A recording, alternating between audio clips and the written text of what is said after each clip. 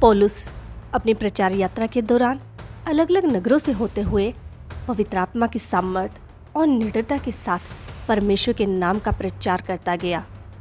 और अपनी दूसरी प्रचार यात्रा के दौरान पौलुस एथेंस नगर में जब पहुंचा, तब वहां उसने अरियुपगुस की सभा में खड़े होकर लोगों से कहा, हे एथेंस के लोगों, मैं देखता हूं कि तुम हर बात में देवताओं के बड़े मानने वाले हो, क्योंकि मैंने फिरते हुए जब तुम्हारी पूजने की चीजों को देखा तो वहां एक ऐसी वेदी को पाया जिसके ऊपर लिखा था, अनजाने ईश्वर के लिए, इसलिए जिसे तुम बिना जाने पूजते हो।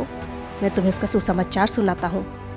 जिस परमेश्वर ने पृथ्वी और उसकी सब चीजों को बनाया, वह स्वर्ग और पृथ्वी का मालिक होकर हाथ के बनाए हुए मंदिरों में नहीं रहता, ना ही उसे किसी चीज की जरूरत के कारण मनुष्य के हाथों की सेवा लेनी होती है, क्योंकि वह स्वयं ही सबको जीवन, सांस और सब कुछ देता है।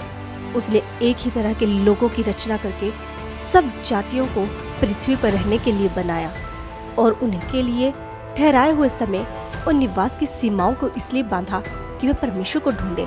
फिर भी परमेश्वर हम में से किसी से दूर नहीं है, क्योंकि हम उसी में जीवित रहते, चलते फिरते और स्थिर रहते हैं।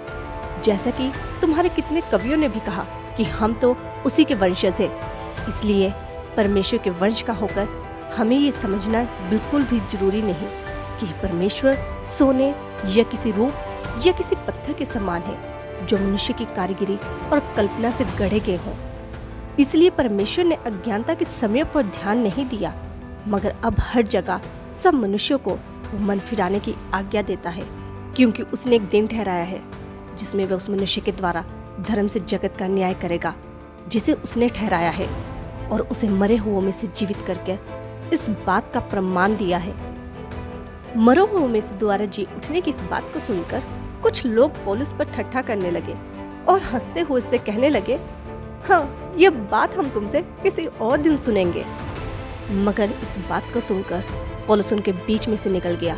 मगर कुछ लोग उसके साथ मिल गए और विश्वास किया, जिसमें दियोनीसियस जो अरियुपगुस का सदस्य था और दामरिस नाम एक औरत थी, और उसके साथ और भी लोग थे। और फिर इसके बाद पौलुस एथेंस को छोड़कर कुरिन्थुस में आया।